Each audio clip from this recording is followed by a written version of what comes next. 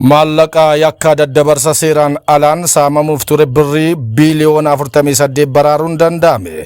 Maallaqa yakka daddabarsa seeraan alaa fi waliin dhahuun saamamuuf ture birriin biiliyoonni 48 baraaramuun danda'ame jedhe tajaajilli nageenya faayinaansii. Hojmaata dhaabbilee faayinaansii ammayyeessuun yakki waliin dhahuu maallaqaa akka hin raawwatamne xiyyeeffannoo addaan hojjetamaa jira jedhan Daarektarri tajaajilichaa obbo Muluqan Amaaran. Namoota dhuunfaa yakka waliin dhahuu fi daddabarsa maallaqaa seeraan alaan shakkaman oolan irratti qorannoon addaa gaggeeffamaa jiraachuu ibsan. Yakka adamichaan raawwatamu hordofuun deebiin hatattamaa kennamaa jiraachuus kaasan. Baatiiwwan 9 darban keessa qofa sosochii seeraan alaa to'achuu fi hojii hojjetameen birriin biiliyoonni 48 ol baraaramuu danda'u dubbatani.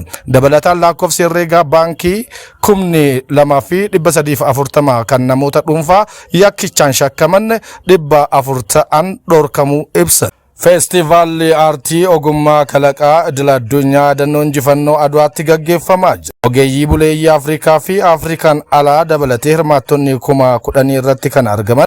Feestivaalli aartii ogummaa kalaqaa idil-addunyaa Crafts Addis jedhamu yaadannoo injifannoo Adwaatti gaggeeffamaa jira. Feestivaalichi eebla 22-24 bara 2018 kan turu yoo ta'u, ogeeyyii hojiilee damee ogaartii, diizaayiniin, faashinii fi kanneen biroo irratti bobba'an hojii isaanii gabaaf dhiyeessaaru. Waltajjii Afrikaa muuxannoo itti waliif qoodamu fi walitti hidhamiinsa gabaa bal'inaan itti uumamuudha jedhame. Israa'el lammiilee Turkii 20 doonii qarqaarsa Gaazaaf geessaa jiru irraa turan to'atte. Humni galaanaa Israa'el lammiilee Turkii 20 doonii qarqaarsa namoomaa gara Gaazaatti geessuu irraa turan to'annaa jala oolchuun ba'a giddu galeessaa keessatti rakkoo dippiloomaasii haaraa kaase. Dooniin kun osoo naannawa bishaan idil-addunyaa gubbaarra jirtu humna galaanaa Israa'eliin kan qabamte yoo ta'u, sakatta'iinsa tasaatiin lammiileen Turkii 20 booji'amuu isaanii miidiyaaleen Turkii gabaasaniiru. Ministeerri raayyaa ittisa biyya Israa'el tarkaanfiin kun kan fudhatame dooniin kun meeshaalee fi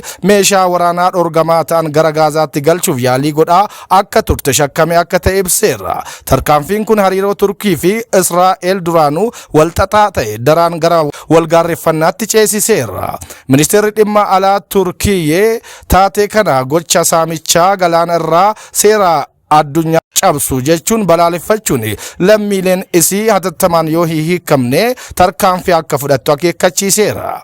Namoota hidhaman keessaa hojjettoonni qarqaarsaa, gaazexeessotaa fi falmitoonni mirga namoomaa kan jiran yoo ta'u, fe'umsi nyaataa fi qorichaa dooniin kun irraa turte harka Israa'el keessa akka bu'e himamaa jira. Pirezidaantiin Turkii Rasiib Xayyib Erdogaan dhimma kana irratti qondaaltota waraanaa fi kaabinee olaanoo waliin walgahii hatattamaa akka taasisan kan himame yoo ta'u, mormii bal'aan embaasiiwwan Israa'el Ankaraa fi Istaanbul fuulduratti gaggeeffamaa jira.